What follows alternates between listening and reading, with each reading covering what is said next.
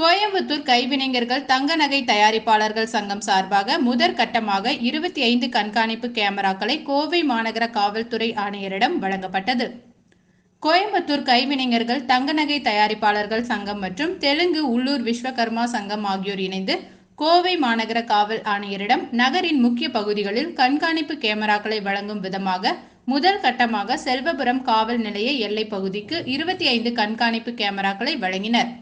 இதில் கோயம்புத்தூர் கைவினைஞர்கள் தங்க நகை தயாரிப்பாளர்கள் சங்கத்தின் தலைவர் ரகுநாதன் சுப்பையா மற்றும் நிர்வாகிகள் தண்டபாணி, சசிகுமார் பாண்டியன் உட்பட தெலுங்கு உள்ளூர் விஸ்வகர்மா சங்க நிர்வாகிகள் உடனிருந்தனர். இதனைத் தொடர்ந்து செய்தியாளர்களிடம் பேசிய ரகுநாதன் சுப்பையா, கோவையில் போக்குவரத்து நெரிசலை குறைத்து பொதுமக்கள் பாதுகாப்பாக பயணம் செய்ய வழிவகுத்து கொடுத்து மற்றும் அனைத்து விதமான பிரச்சனைகளுக்கும் உடனடி தீர்வு காணப்படுவது என சிறப்பாக செயல்பட்டு வரும் கோவை மாநகர காவல்துறை ஆணையருக்கு கோவையில் வாழும் சுமார் 1.5 லட்சம் விஸ்வகர்மா சமுதாயத்தை சார்ந்த சமூகத்தின் சார்பாக மிகுந்த நன்றியை தெரிவித்துக் கொள்வதாக கூறினார்.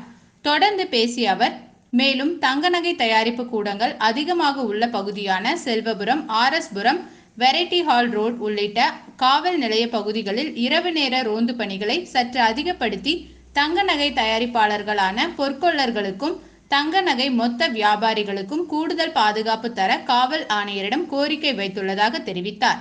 வணக்கம், என்னுடைய பேர் ரகுநாதன் சுப்பையா. கோயம்புத்தூர் கைவினைகள் தங்க நகை தயாரிப்பாளர் சங்கத்தின் தலைவராக உள்ளோம். இன்றைய தினம் பார்த்தீங்கன்னா, இன்று நம்ம கமிஷனர் அலுவலகத்தில் திரு கமிஷனர் அவர்களை சந்தித்து ஒரு மனு கொடுத்துள்ளோம்.